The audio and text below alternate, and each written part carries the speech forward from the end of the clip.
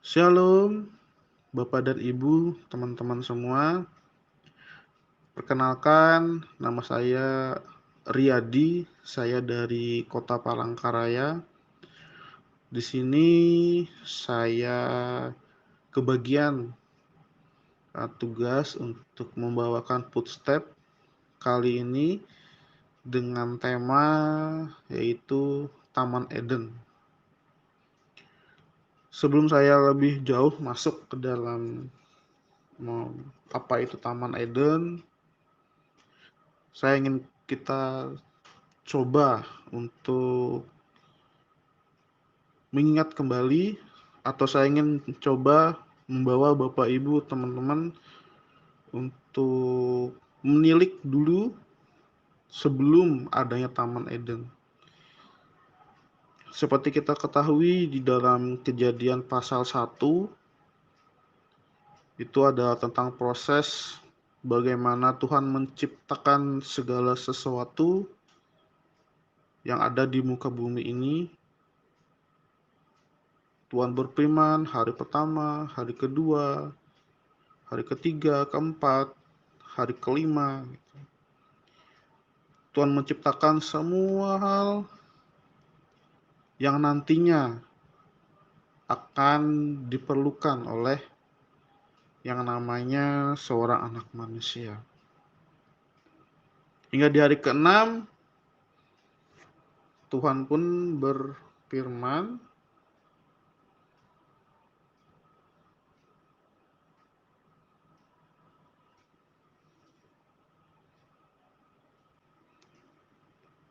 pada hari ke-6 Tuhan pun menciptakan manusia. Pernah nggak kira-kira kita itu kepikiran gitu, kenapa kok Tuhan nggak menciptakan manusia dulu? Mungkin kok Tuhan malah menciptakan alam semesta dulu, Tuhan menciptakan bumi, Tuhan menciptakan lautan, Tuhan menciptakan daratan, terus Tuhan menciptakan tumbuh-tumbuhan yang nantinya akan menjadi makanan buat banyak hewan. Tuhan menciptakan burung-burung di udara, ikan-ikan di air, dan Tuhan menciptakan juga binatang-binatang. Dan ada satu kata yang cukup unik sih buat saya, yaitu bahwa Tuhan menciptakan juga ada satu kata yaitu ternak, Bapak Ibu. Kalau ternak berarti hewan yang mungkin dikhususkan untuk dikembangbiakan, betul ya? Seperti ternak ayam, ternak sapi, ternak domba, ternak kambing. Berarti kan ada hewan atau binatang yang khusus untuk diternakan, dikembangbiakan, dan biasanya kan untuk kita konsumsi ya kan, seperti hewan, ayam dan lain itu kan ternak yang kan kita untuk konsumsi kita seperti itu.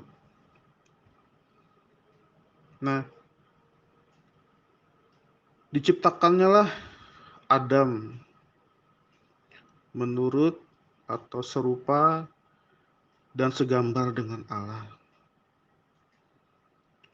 Itu adalah suatu posisi yang kalau boleh jujur, itu adalah sebuah posisi kehormatan Bapak Ibu. Bagaimana manusia dikatakan diciptakan serupa dan segambar dengan Allah. Itu adalah suatu pernyataan yang Tuhan sendiri yang katakan dan menekankan bahwa manusia itu adalah representatif, atau manusia itu adalah mewakili Tuhan atas segala hal yang Tuhan sudah ciptakan. Secara tersiratnya ya, kurang lebih kan seperti itu ya. Bagaimana Tuhan menumbuhkan semua hal dan Tuhan katakan biarlah manusia itu berkuasa dan mengelola semua yang sudah diciptakan ini. Itu Tuhan sedang berfirman seperti itu, Bapak Ibu. Jadi apapun saat ini yang Bapak Ibu kuasai, yang Bapak Ibu kelola, itu kurang lebih adalah gambaran Taman Eden. Oke, sebelum jauh ke sana, saya ingin mencoba untuk sedikit mengulas sebelum masuk ke sana ya Bapak Ibu ya. Bagaimana ketika awal penciptaan manusia Tuhan menciptakan taman di Eden sebelah timur. Taman di Eden sebelah timur dengan semua hal baik, dengan semua fasilitas yang akan menunjang hidupnya anak manusia. Bagaimana manusia itu dipersiapkan Tuhan, semua fasilitas itu agar anak manusia berkuasa dan mengelola semuanya. Bapak Ibu kalau sudah berbicara kata berkuasa, itu berarti dia atau dianya manusia itu punya hak prerogatif atau punya hak penuh untuk semua hal yang sudah Tuhan ciptakan di Taman Eden. Di situ dulu ya, kita sepakat dulu ya di situ. Oke. Bahwa Tuhan menciptakan Taman di Eden dengan semua fasilitas yang ada dan Tuhan menempatkan manusia di situ. Manusia diberikan tugas untuk berkuasa, untuk mengelola, dan Tuhan menciptakan Hawa dengan membuat Adam tertidur dan mengambil tulang rusuk Adam dan dibentuklah bagi Adam seorang pasangan yang dipanggil Hawa. Dan dikatakanlah, difirmankan sama Tuhan bahwa beranak cuculah dan bertambah banyak dan penuhilah seisi bumi. Betul ya? Tuhan mengatakan seperti itu ya di dalam kitab Kejadian, di dalam Alkitab Bapak Ibu, yang mungkin bisa sambil dilihat kembali atau mungkin sambil dibuka kembali Kejadian pasal 1. Itu adalah order atau itu adalah perintah pertama yang Tuhan berikan untuk anak manusia, Bapak Ibu. Oke. Berarti Taman Eden ini sesuatu yang sudah melekat di kita ya. Oke. Saya coba untuk membawa kita semua untuk boleh sama-sama membayangkan gitu ya, bahwa Tuhan itu menciptakan segala sesuatunya terlebih dahulu, baru Tuhan menciptakan manusia, dan dikatakan manusia itu ditempatkanlah di taman di Eden di sebelah timur. Artinya Tuhan menciptakan dulu apa yang diperlukan oleh kita sebagai anak manusia. Jauh sebelum kita lahir, Tuhan sudah menyediakan itu, semua fasilitas itu untuk kita. Untuk kita nikmati, untuk kita berkuasa, untuk kita kelola, untuk kita di dalamnya itu menikmati semua nikmatnya kuasa ilahi Tuhan. Benar ya? Sampai di situ kita sepakati dulu ya, bahwa disitulah Tuhan itu apa sih blueprintnya, bahwa blueprintnya Tuhan ketika merancang manusia, Tuhan menciptakan dulu semua hal yang diperlukan nih untuk manusia. Oke. Ketika kita lahir, orang tua kita, ayah dan ibu kita menyediakan semua yang kita perlukan, betul? Contoh, ketika saya punya anak, jadi saya dan istri, wah heboh nih, menyiapkan bajunya, terus begitu di ronsen, ini katanya anak laki-laki nih. Tapi begitu di detik-detik terakhir di ronsen lagi, oh selamat ibu, anaknya perempuan, gitu. Nah, akhirnya dengan teknologi itu ya Bapak Ibu ya, jadi saya dan istri akhirnya oke, kita cari baju yang warnanya netral. Mau cowok, mau cewek bisa nih, gitu ya. Mau cewek, mau cowok bisa dipakai. Kan warnanya netral ya. Jadi bisa lah dipakai gitu. Kecuali kalau memang sudah fix dia itu, oh dia jenis kelaminnya perempuan, kita beli warna pink, warna-warna yang lucu-lucu untuk anak cewek gitu ya. Kalaupun di anak laki-laki kita beli baju-baju yang buat anak cowok, tapi ternyata ada ini ya, perkembangan lagi, ternyata anaknya perempuan, akhirnya kami memilih warna baju yang netral kayak gitu. Bagaimana saya dan istri, termasuk orang tua, bagaimana kita menyiapkan apa yang akan diperlukan oleh anak kita. Tentu saja ketika anak kita sudah beranjak dewasa, dia pasti akan masuk sekolah. Tentulah kita sebagai orang tua pasti akan menyediakan, menabung uang, menyiapkan apa yang diperlukannya dia nanti, betul ya? Kurang lebih seperti itulah Bapak Ibu, teman-teman, gambaran yang saya ingin gambarkan ketika Tuhan berencana atau ketika Tuhan menginginkan dan menciptakan manusia seperti itu. Gambarannya seperti itu. Nah, Bapak Ibu, ada beberapa pesan penting yang juga ingin saya sampaikan kepada Bapak Ibu tentang Taman Eden ini. Tidak semua apa yang kita miliki, apa yang kita ingini, dari semua fasilitas yang Tuhan sudah beri, itu terkadang membuat kita itu menjadi lengah, membuat kita itu menjadi tidak awas diri, membuat kita itu menjadi apa ya, istilah yang paling sederhana itu, membuat kita itu menjadi lalai atau memandang rendah apa yang sudah Tuhan beri. Bener nggak? Coba deh Bapak Ibu, teman-teman, saya ajak untuk membayangkan nih, untuk berimajinasi. Kira-kira ketika Bapak dan Ibu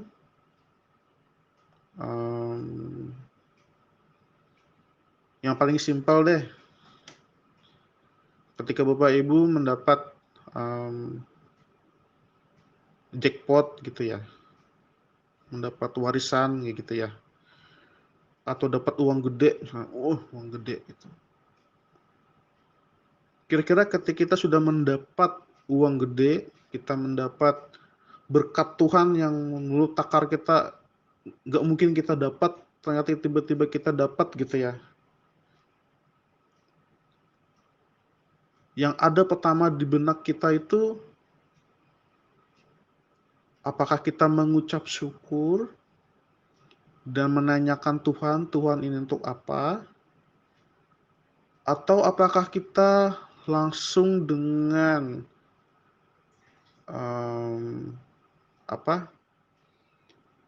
langsung dengan kalap mata gitu ya. Kita kalap mata, kita euforia lebih-lebihan, wah makasih Tuhan gitu ya. Dan akhirnya kita pakai dengan sembarangan uang itu, tanpa kita tanya sama Tuhan, ini buat apa? Oke, kita kembali lagi ke Kejadian pasal 1 tadi. Tuhan menyediakan semuanya untuk siapa? Adam dan Hawa, yang merupakan manusia pertama diciptakan sama Tuhan, yang tercatat di Alkitab kita, orang Kristen. Di situ Tuhan sudah menciptakan segala sesuatunya ya. Tuhan menciptakan burung-burung di udara, Tuhan menciptakan ikan-ikan di air, Tuhan menciptakan binatang-binatang, ternak-ternak, binatang melata, Tuhan menciptakan tumbuh-tumbuhan, Tuhan menciptakan daratan, lautan, langit, Tuhan menciptakan cahaya matahari, bintang-bintang, dan bulan untuk penerangan malam hari. Tuhan menciptakan semuanya itu.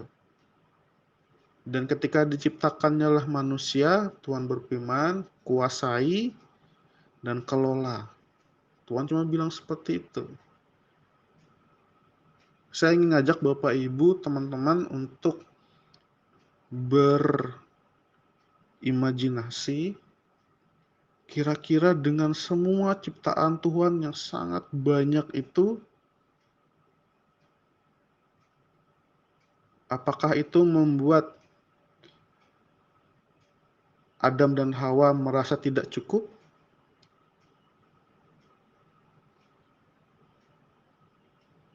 Wah, nggak cukup Tuhan. Aku masih ingin ini, aku masih ingin itu. Gitu. Nah, Tuhan sudah ciptakan semua itu sangat banyak, sangat limpah. Apa yang diinginkan manusia mau makan apa, Adam mau makan apa tinggal petik, gitu ya. Mau makan apa tinggal ambil gitu ya. Semuanya tersedia. Gitu. Tapi apakah Adam dan Hawa itu ketika diberi semuanya itu merasa itu semua cukup? Atau itu semua tidak cukup? Nah, disinilah Bapak Ibu, masuklah satu orang gitu ya.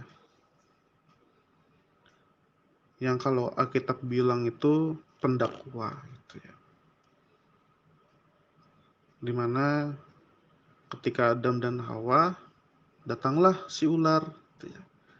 Datang, yang paling digoda pertama sama ular adalah Hawa atau perempuan. Ayo Hawa, coba lihat pohon itu.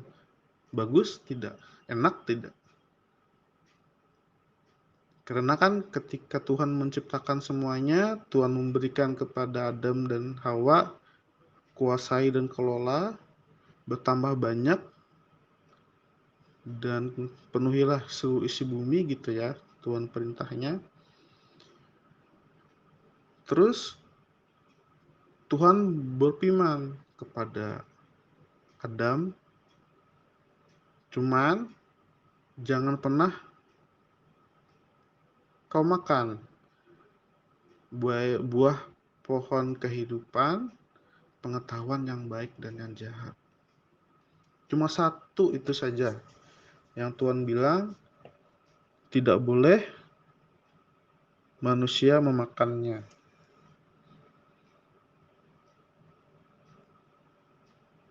Disitulah masuk yang namanya kata tidak cukup, Bapak Ibu.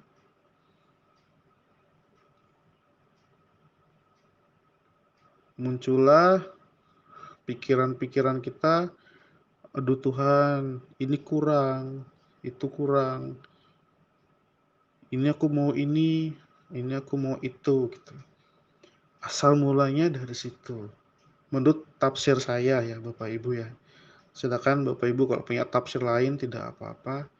Tapi kebetulan karena saya yang membawakan tema ini dan saya mendapatkan tafsir ini bahwa ketika Tuhan menciptakan segala isi Taman Eden dengan sangat limpahnya, manusia Adam dan Hawa tuh tinggal petik aja, mau apa-apa tinggal ambil gitu ya. Di bawah perlindungan Tuhan sama sekali gitu. Bahkan binatang buas pun tidak berkuasa atas Adam, Adam berkuasa atas binatang buas gitu. Kurang lebih lah ya kalau saya ingin menghiperbolakan seperti itu. Karena kan Adam segambar dan serupa dengan Allah gitu ya. Semua makhluk tunduk sama dia ketika di Taman Eden gitu. Nah, muncullah satu pendakwa gitu. Ketika Tuhan menyatakan cuma ada satu yang tidak boleh untuk dimakan, yaitu pohon tentang yang baik dan yang jahat dan pohon kehidupan. Cuma itu saja. Datanglah si pendakwa ngomong sama Hawa nih, wih itu enak loh. Coba lihat, pasti kalau kamu makan itu, kalau kamu makan itu, pasti enak rasanya itu. Ada suatu dimensi yang mana iblis masuk dan menguasai Hawa, yaitu yang namanya habit atau dasar daripada manusia yang selalu mengatakan tidak cukup itu tadi. Itu muncul Bapak Ibu. Dari situ muncul semuanya. Dan berembet banyak nih dari kejadian itu ya. Mulai dari pokoknya ketika Adam dan Hawa itu mulai memakan buah itu, mereka menjadi apa ya, mereka malu gitu ya, karena mereka telanjang gitu, mereka jadi tahu dirinya dan sebagainya gitu. Dan sedetik itu juga Bapak Ibu kayak gitu ya, mati ya, mati semuanya. Mulai dari yang Tuhan sudah menyediakan semuanya terbaik, Tuhan sudah menyediakan semua yang bagus, yang akan bisa dinikmati sama manusia. Tapi karena kejatuhan itu tadi, tapi karena hasutan itu tadi, betapa enaknya pohon itu, betapa enaknya buah itu yang dipintahkan Tuhan jangan, itu membuat manusia akhirnya mengalami yang namanya kematian. Itulah yang sampai sekarang selalu dikatakan bahwa ketika manusia lahir, dikatakan bayi itu masih suci loh. Padahal kan kok secara Alkitab sudah dijelaskan bahwa dari sejak awalnya kejatuhan Adam dan Hawa, manusia itu lahir dalam keadaan yang tidak sesempurna pada waktu penciptaannya, Bapak Ibu. Kadang saya pernah berpikir, kadang saya pernah bertanya gitu ya, ya Tuhan, kenapa sih enggak Tuhan larang gitu? Kenapa sih enggak Tuhan suruh jangan gitu, di apa, pokoknya kayak gimana gitu ya, kayak kita kalau sama anak kita gitu ya, kalau lagi dalam kondisi bahaya, gimana pun kita tarik ke tangannya, kita marahin bla bla bla bla gitu. Tapi di situ tidak gitu, malah dibikin jadi gitu ya. Saya tanya, "Kok gitu sih Tuhan? Kok kenapa, mmm, kok kenapa kejadiannya kok bisa kayak gitu?" Gitu. Dan disitulah ada satu dimensi yang Tuhan ingin katakan sama kita manusia, bahwa akal manusia itu terbatas. Kita tidak akan bisa menyelami apa yang Tuhan pikirkan, apa yang Tuhan rasakan, kita nggak akan bisa menyelami itu ya. Itu menjadi tetap misteri, tetap menjadi kepunyaan hak, Kurius atau penguasa tunggal, itu haknya Tuhan sebagai pencipta, dan itu akan selalu menjadi catatan buat kita bahwa ya memang benar, kita sedari lahir itu dalam kondisi di hadapan Tuhan berdosa gitu ya. Maka dari situlah, mmm, kita harus mengucap syukur dengan peristiwa Tuhan Yesus datang ke dunia untuk menggantikan kita yang seharusnya yang berdosa ini mengalami hukuman, mengalami siksaan, tapi kita diberi hak bebas dan dosa-dosa kita ditanggung penuh. Itu betapa dahsyatnya Tuhan kita ya. Bapak dan Ibu, Taman Eden itu berbicara tentang siapa diri kita. Taman Eden itu berbicara posisi kita. Contoh, saya adalah seorang suami karena saya sudah beristri. Saya seorang ayah karena saya mempunyai seorang anak. Saya adalah seorang pekerja karena saya mendapatkan penghidupan dari pekerjaan saya.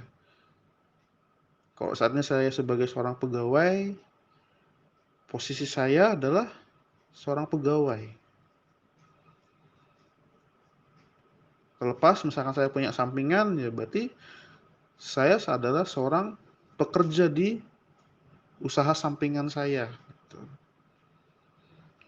Jadi apapun kehidupan kita, posisi kita, dimanapun kita berada, ditempatkan Tuhan, mau di komunitas manapun, mau di gereja manapun,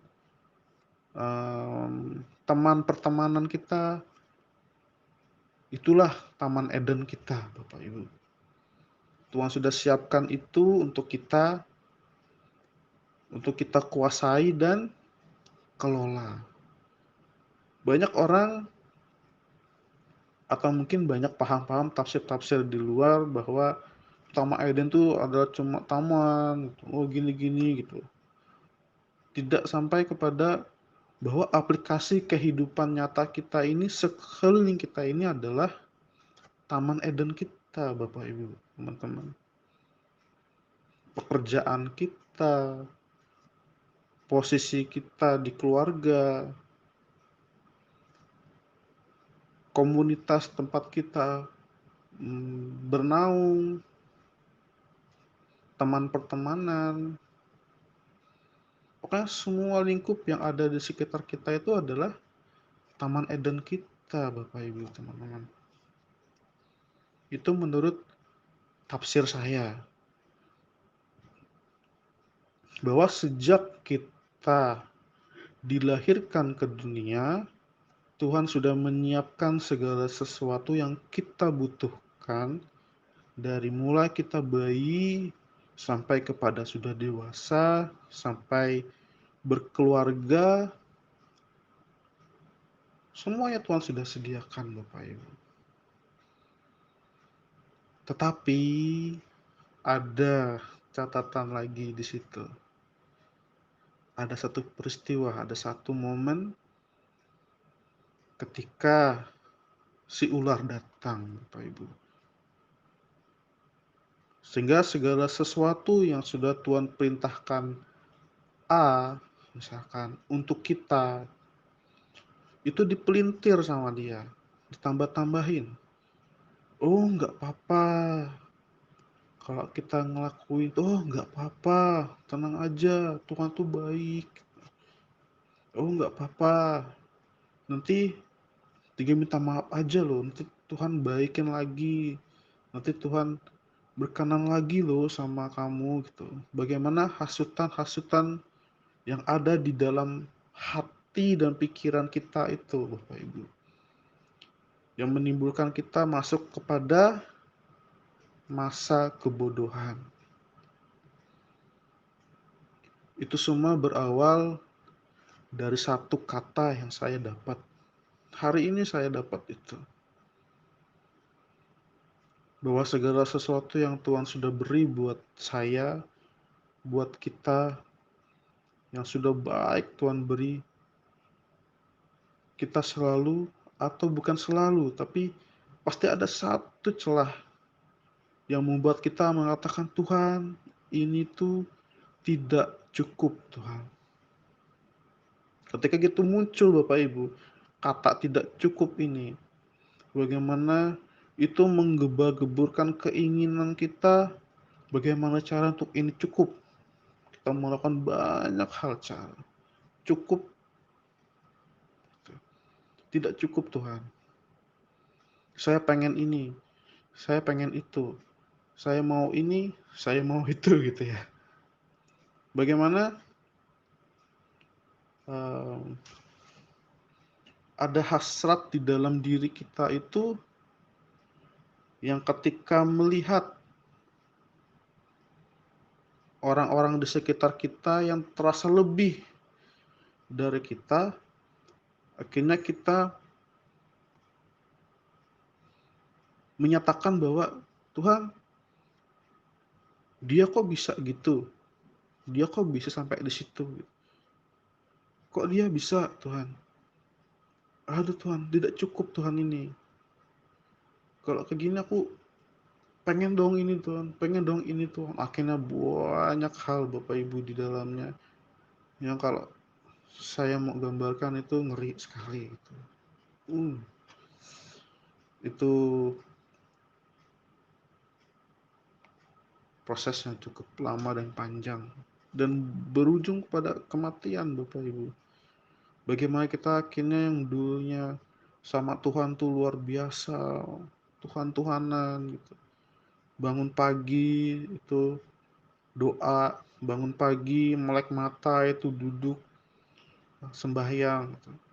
Bangun mata melek duduk berdiam diri di bawah kaki Tuhan. Akhirnya ketika keinginan kita dari kata tidak cukup itu tadi tuh muncul, kita tidak lagi melakukan hal itu. Kita menjadi pribadi yang berbeda sedetik itu. Ketika mata kita terbuka, aduh gimana ya? Gimana mesti cari tambahan? Gimana mesti ini? Gimana mesti itu? Ini masih kurang, itu tidak cukup. Pokoknya semua hal akhirnya membuat kita itu melupakan habit awal kita ketika kenal sama Tuhan. Ketika saya ngomong seperti ini, Bapak Ibu tuh di otak saya tuh kayak ada apa ya? Kayak ada bayangan. Nah tuh loh, Tuh kam. Bapak Ibu di Palangkaraya itu bahasa Banjar ya. Jadi kalau mengatakan kata kamu itu kalau di bahasa sehari-hari itu ikam, ikam bahasanya, kata-katanya. Tapi kalau dalam bahasa yang ketemu dengan orang yang lebih dewasa, lebih tua, atau seseorang yang dihormati, kita bisa menggunakan kalau dalam bahasa banyak tuh pian gitu ya. Tapi ketika Tuhan itu nak ikam gitu, itulah ikam gitu ya. Berarti Tuhan tuh kayak gambarkan bahwa aku tuh teman pertemanan gitu ya, tidak ada batasan gitu. Ketika aku ngomong seperti ini tuh ya seperti itu kayaknya di pikiran saya gitu. Nah tuh ikam tuh kayak gitu, bahasanya gitu ya. Itu kamu gitu. Bahwa ketika saya menyatakan seperti ini tuh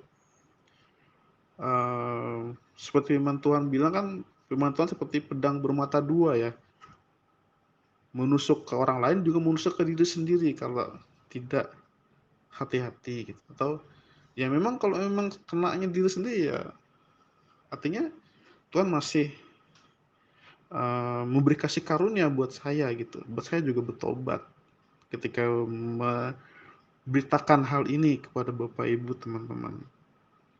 Bagaimana canggihnya ya teknologi sekarang gitu. Bagaimana pemberitaan Injil tidak lagi seperti dulu yang harus door to door. Hanya cukup dengan rekaman seperti ini, saya diberi kesempatan, terima kasih sama Bapak Gembala kami. Ini ada suatu kehormatan dan sebuah kasih karunia diberi kesempatan seperti ini gitu ya. Kayak saya mencari waktu khusus sekali untuk bisa melakukan ini. Bapak dan Ibu, teman-teman, apa nih yang menjadi Taman Edennya saat ini? Pekerjaankah? Studikah? Pendidikan? Atau apa? Banyak hal Bapak Ibu. Segala sesuatu yang ada di sekeliling Bapak Ibu teman-teman, itu ada Taman Eden yang Tuhan sediakan buat saya dan kita semua. Ketika Bapak Ibu ingin membandingkan diri Bapak Ibu dengan orang lain, saya rasa itu kurang pantas ya, atau kurang cocok sih menurut saya gitu. Karena kan Tuhan sudah menciptakan Taman Eden duluan, baru menciptakan manusianya. Jadi ketika manusia itu lahir, manusia itu sudah menerima, sudah berada di Taman Eden Bapak Ibu. Taman Eden ya keluarga itu tadi. Lingkungan keluarga Bapak Ibu, lingkungan teman, pertemanan Bapak Ibu. Kalau Bapak Ibu di sekolah atau perkuliahan ya di lingkup sekolah Bapak Ibu teman-teman, di lingkup perkuliahan, kampus teman-teman, teman-teman Bapak Ibu di tempat perkuliahan itu adalah Taman Edennya Bapak Ibu. Bagaimana di situ Bapak Ibu punya perintah dari Tuhan. Kuasai dan kelola. Perintah Tuhan itu, cuma dua itu Bapak Ibu. Terhadap kita sebagai manusia. Ketika kita sudah berada di Taman Eden, kuasai dan kelola. Ketika kita tidak kuasai, kita tidak kelola, kita akhirnya melihat bahasa dunia itu bilang rumput tetangga lebih subur daripada rumput kita gitu ya. Kita melihat hal itu, kita jadi marah gitu ya. Kita jadi nggak suka, nggak mau Tuhan, ini kurang, ini tidak cukup dan bla bla bla bla. Akhirnya itu membuat kita itu menjadi pribadi yang kurang bersyukur, kita menjadi pribadi yang ogah-ogahan lagi sama Tuhan gitu. Yang dulunya bangun pagi itu Tuhan-Tuhanan, sekarang nggak perlu Tuhan-Tuhanan gitu. Ada rasa amarah, ada rasa tidak suka, ada rasa menyalahkan Tuhan kadang. Kalau Bapak Ibu sedang berada di posisi seperti ini, kembali. Jangan pernah kita menjadi marah dengan segala situasi yang terjadi. Karena kalau Bapak Ibu membandingkan diri Bapak Ibu dengan orang lain, ketika orang itu lebih dari kita merasa tidak cukup. Tapi ketika kita melihat orang di bawah kita, di dalam pemikiran saya, itu ada dua hal yang mungkin terjadi. Kita mengucap syukur sama Tuhan, kita tidak seperti dia, atau kita menjadi pribadi yang sombong, angkuh, dan congkak, menyatakan orang lain itu rendah daripada kita. Itu semua tidak diajarkan sama Tuhan ya. Buah-buah roh mengajarkan apa? Buah roh yang ke-9 itu kan tentang penguasaan diri ya. Kasih. Bagaimana kita tidak bisa membandingkan diri kita dengan orang lain. Yang bisa kita lakukan adalah membandingkan diri kita dengan diri kita yang lalu. Karena sama seperti bayi, itu nggak ada yang langsung instan jalan terus punya kumis ya, kalau anak laki-laki ya. Tapi kan dia dari nangis, dikasih dot, merangkak, itu berjalan, habis itu baru bisa berlari, kan itu prosesnya berjalan Bapak Ibu. Tinggal bagaimana itu tadi, Tuhan perintahkan, kuasai dan kelola. Apa yang kita miliki saat ini, kuasai dan kelola. Kalau kurang, Tuhan kan bilang di Alkitab, apabila itu kurang, kamu tinggal di dalam aku tinggal di dalam kamu. Apabila itu kurang, ini dan itu aku akan tambahkan buat kamu. Kan Tuhan bilang gitu. Berarti ketika kita berada di Taman Eden, kita memperoleh semua fasilitas yang Tuhan sudah beri buat kita sebelum kita lahir, gitu ya. Ketika kita lahir, Tuhan perintahkan untuk kuasai dan kelola. Ternyata tidak sampai di situ tugas kita, Bapak Ibu. Kalau kita kuasai dan kelola, berarti banyak hal di dalamnya, termasuk penguasaan diri itu tadi, buah-buah roh itu tadi. Terus bagaimana kita harus memiliki kasih, tidak boleh, Tuhan bilang kan tidak boleh iri sama punya orang dan lain sebagainya. Tuhan sudah ceritakan banyak hal di Alkitab Bapak Ibu. Tapi saya lebih fokus ke Taman Eden ya, karena memang topik itu yang saya bawakan buat teman-teman. Di sini saya belajar untuk mewartakan apa yang Tuhan taruh di saya tentang Taman Eden ya. Bahwa menurut saya sebelum kita lahir itu Tuhan sudah sediakan Taman Edennya kita. Terus kita tidak boleh membandingkan diri kita dengan orang lain. Yang perlu kita lakukan adalah fokus pada apa yang kita miliki, kuasai itu, terus dikelola dengan baik. Kalau kurang, Tuhan bilang kan, carilah dulu kerajaan sorga dengan segala isinya, maka segala sesuatunya akan diberikan kepadamu. Jadi kalau masih merasa kurang, berarti sama Tuhannya masih kurang, Bapak Ibu. Jadi ketika kita masih kurang, bukanlah posisi kita untuk marah atau mengeluh, Tapi itu adalah posisi kita untuk makin dekat sama Tuhan sebenarnya. Makin giat, makin doa khusyuk sama Tuhan. Yang lagi-lagi ketika saya ngomong ini gitu ya, Tuhan tuh bilang itu ikam gitu ya, itu kamu gitu. Tuhan ngomong sama saya di situ. Ada terasa di hati gitu ya, di hati saya tuh ngerasa iya nggih Tuhan, iya. Gitu. Kita sama Tuhan kalau udah salah tuh ya gitu aja gitu ya. Tidak boleh nggak boleh berbantah-bantahan. Karena kalau kita berbantah-bantahan sama Tuhan ya rugi kita sendiri. Kita ini kan ciptaan. Yang mana Tuhan sudah siapkan semuanya. Sebelum kita lahir loh, Tuhan sudah siapkan semuanya. Berlimpah loh.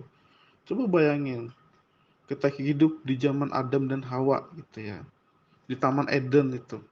Tuhan sudah ciptakan semuanya loh. Adam mau makan apa tinggal petik. Yang artinya kita mau apa aja, misalkan kurang ya kerja lagi gitu. Kalau kurang di ini dan itu ya gimana maksimalkan. Harus efektif, efisien, dan tidak boros. Bagaimana kita harus tiap hari loh itu Bapak Ibu. Berjuang dengan diri kita, menguasai diri kita, mengerjakan apa yang sudah ada menjadi bagian kita, yang bersekolah, belajar yang tekun, yang kuliah, belajar yang tekun gitu. Harus mendapatkan nilai yang bagus. Kalau yang bekerja dengan rajin, bekerja dengan profesional gitu. Tidak boleh bekerja dengan seadanya gitu. Yang penting kok kerja aja gitu. Gak boleh. Kalau kita kerja, kita harus berikan nilai lebih gitu. Oh, aku kerja nih, aku menghasilkan uang nih di sini gitu. Bagaimana kita harus fokus supaya apa yang kita kerjakan itu menghasilkan buat kita, memberi keuangan yang bagus buat kita dan keluarga gitu. Kalau sama suami istri nih gimana? Mungkin ada yang satu ke sini, satu ke situ, mungkin ada harus mengalah. Pokoknya kayak gimana lah. Kita harus semua harus bisa kita kuasai, semuanya harus kita kelola sehingga itu tidak menimbulkan apa bahasanya? Tidak menimbulkan atau tidak mengurangi apa yang menjadi hak milik kita. Tuh. Kalau Tuhan sudah tetapkan kita itu pasti akan menjadi sangat orang besar gitu ya. Itu pasti akan terjadi Bapak Ibu teman-teman. Karena Tuhan sudah siapkan itu sebelum kita lahir. Cuma Tuhan perintahkan cuma satu, kuasai dan kelola itu. Sehingga semuanya yang tidak baik tidak sampai merusaknya. Oke, Bapak Ibu teman-teman ya. Sangat banyak sebenarnya tentang Taman Eden ini. Luas sekali Bapak Ibu teman-teman. Bahwa ternyata Taman di Eden tuh bukanlah seperti yang Tuhan tersurat gitu ya. Bukan yang tercatat di Alkitab itu. Bahwa Taman Eden itu seperti di Alkitab seperti ini, tidak. Tetapi itu ada yang namanya bukan penjelmaan sih ya. Tapi di kehidupan nyata kita Itu Taman Eden kita. Tergantung bagaimana kita mau melihatnya. Kalau kita ngerasa masih kurang, ya bagaimana cara kita menguasai, mengelolanya, sehingga itu tidak menjadi kurang. Kalaupun itu menjadi berlebih, itu tidak menjadikan kita sombong. Tapi kalau itu lebih buat kita gitu ya, berarti ada bagiannya orang lain dari kelebihannya kita. Yang saya tangkap, yang saya dapatkan, yang saya bisa sharingkan sama buat ibu teman-teman semua,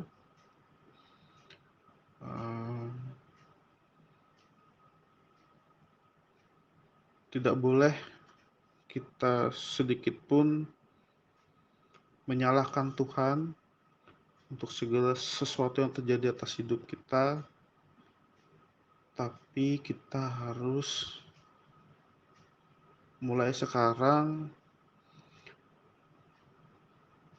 bawa dalam doa, balik, kembali aja.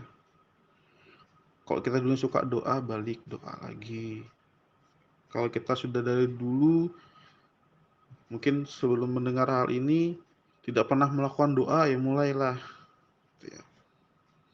Ketika kita udah mulai gak baik nih keadaan nih, sudah rasanya, aduh, kacau gitu ya. Kita tuh punya ekspektasi seperti ini, kok kejadiannya beda gitu ya. Misalkan nih, ekspektasi saya ini kok kayak gini gitu ya. Kok kayak gitu jadinya. Nah, di situ tuh bagaimana kita menempatkan lagi posisi hati kita.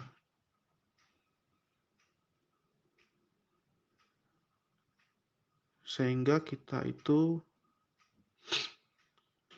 tidak merasa kurang, tapi dan kita balik, melakukan kembali, dan mulai mencari Tuhan gitu ya. Maka segala sesuatunya akan Tuhan tambahkan untuk kita. Oke Bapak Ibu, mungkin itu saja yang bisa saya sampaikan. Kiranya ada kesempatan kita bisa lebih lagi mengulik tentang Taman Eden, bahwa ternyata Taman Eden itu bukan hanya terkhusus buat Adam dan Hawa ya Bapak Ibu teman-teman ya, tapi Taman Eden itu adalah tentang kita itu sendiri, tentang apa yang ada di sekeliling kita, tentang apa yang kita miliki saat ini, kuasai dan kelola itu. Cukupkanlah apa yang ada padamu. Kalau kurang, minta sama Tuhan, datang sama Tuhan, doa.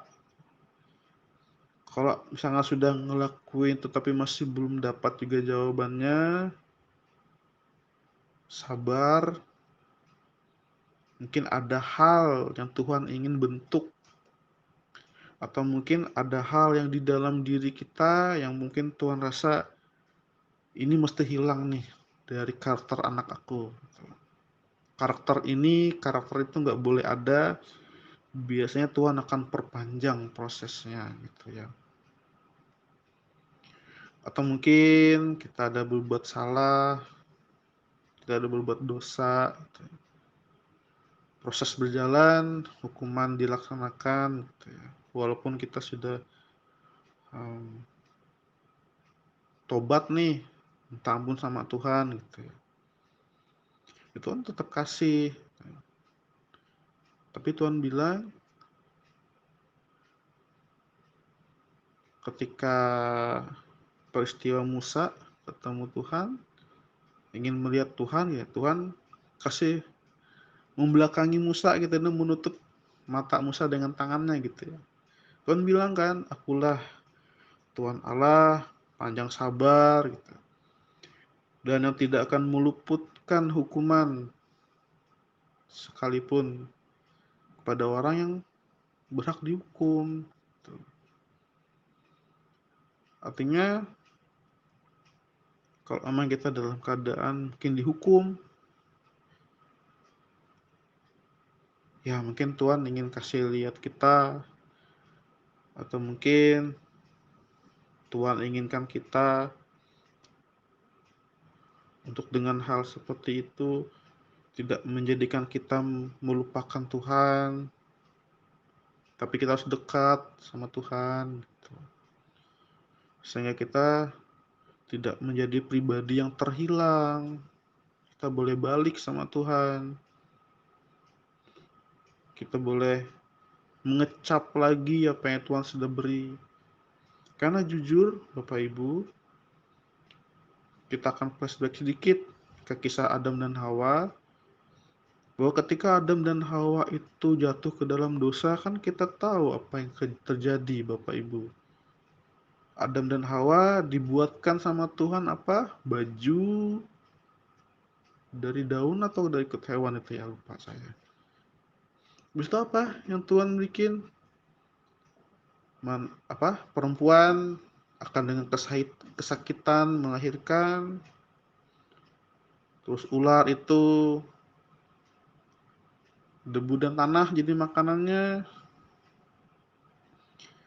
dan akhirnya apa Bapak Ibu? Adam dan Hawa diusir dari Taman Eden, diusir dari semua fasilitas yang Tuhan sudah beri. Dengan bersusah payah, kata Tuhan, Adam mencari makannya. Nah, dari situ, Bapak Ibu, teman-teman,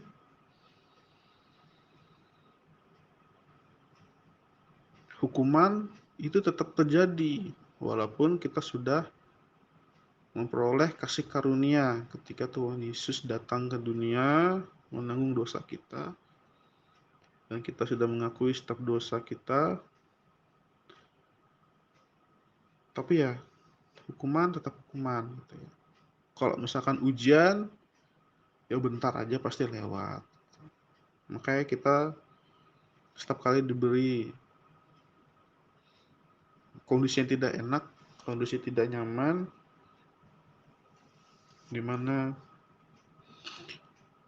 rasanya itu nggak adil gitu ya.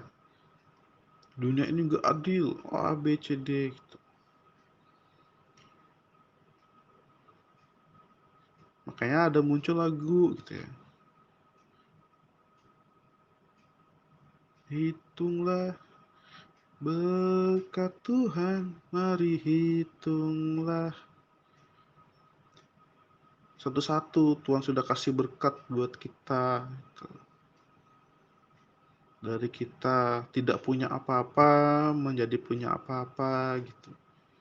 Dari kita yang dulunya nggak punya pekerjaan, Tuhan kasih pekerjaan. Dari dulunya kita cuma pakai sepeda, diberi sepeda motor sama Tuhan. Dari kita punya sepeda motor, diberi mobil sama Tuhan. Bagaimana Tuhan itu step by step ya, selangkah demi selangkah Tuhan beri progres buat kehidupan kita. Catatannya itu tadi, tidak boleh merasa tidak cukup. Kalau kurang, minta sama Tuhan, kerja lebih lagi. Kalaupun tetap belum menerima, sabar. Mungkin proses sedang berjalan, atau mungkin ada banyak perkara Tuhan sedang siapkan buat kita. Yang pasti Tuhan bilang, rancanganku bukanlah rancanganmu, rancanganku adalah rancangan damai sejahtera dan penuh sukacita. Seperti kata lagu, waktu Tuhan pasti yang terbaik ya Bapak Ibu teman-teman. Jangan pernah membuat diri kita itu ngerasa orang yang paling tersakiti atau orang yang paling disakiti gitu ya. Tapi setiap peristiwa keadaan yang terjadi dalam kehidupan kita itu saya yakin dan saya percaya bahwa itu semua ada maksud dan rencana Tuhan. Baik itu adalah ujian pencobaan ataupun itu adalah hukuman dari Tuhan.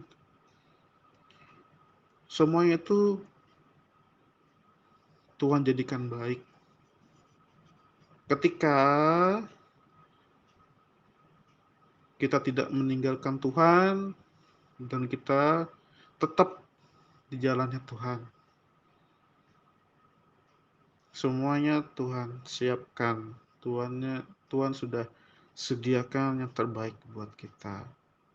Oke, Bapak Ibu teman-teman, terima kasih untuk waktunya sudah mendengarkan footstep ini.